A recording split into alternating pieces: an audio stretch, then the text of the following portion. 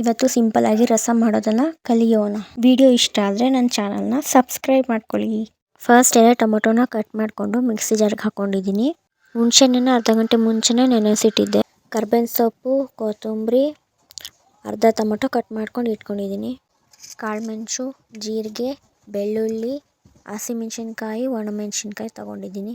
ಈಗ ಇದನ್ನೆಲ್ಲ ಮಿಕ್ಸಿ ಜಾರಿಗೆ ಹಾಕ್ಕೋತಿದ್ದೀನಿ. ಇದ್ರ ಜೊತೆಗೆ ಕೊತ್ತಂಬರಿ ಸೊಪ್ಪು ಮತ್ತು ಹುಣಸೆಹಣ್ಣನ್ನ ಹಾಕ್ಕೊಂಡು ರುಬ್ಕೋತೀನಿ. ಆಮೇಲೆ ಒಂದು ಪಾತ್ರೆಗೆ ಎಣ್ಣೆ, ಸಾಸಿವೆ, ಕರ್ಬೇವಿನ ಸೊಪ್ಪು ಮತ್ತು ಟೊಮೊಟೊನ ಹಾಕ್ಕೊಂಡು ಮಿಕ್ಸ್ ಮಾಡ್ಕೊತೀನಿ. 5 ನಿಮಿಷ ಆದಮೇಲೆ ರುಬ್ಬಿ ಇಟ್ಕೊಂಡಂತಹ ಟೊಮೊಟೊ ಚಟ್ನಿನ ಹಾಕ್ಕೋತೀನಿ. ರುಚಿಗೆ ತಕ್ಕಷ್ಟು ಉಪ್ಪು, ಅರ್ಧ ಸ್ಪೂನ್ ಅರಿಶಿನ ಹಾಕ್ಕೋಬೇಕು. 2 ನಿಮಿಷ ಬೇಯೋದಕ್ಕೆ ಬಿಡಬೇಕು. 1 ಲೋಟ ನೀರು ಹಾಕಿ ಅದ್ರ ಜೊತೆಗೆ ಹುಣಸೆ ಹಣ್ಣಿನ ರಸ ಹಾಕಿ ಈಗ 5 ನಿಮಿಷ ಬೇಯೋದಕ್ಕೆ ಬಿಟ್ಟು ಲಾಸ್ಟಿಗೆ ಕೊತ್ತಂಬರಿ ಸೊಪ್ಪನ್ನ ಹಾಕಬೇಕು. ಅನ್ನದ ಜೊತೆಗೆ ಸಾಂಬಾರು ಹಾಕ್ಕೊಂಡು ಊಟ ಮಾಡಿ.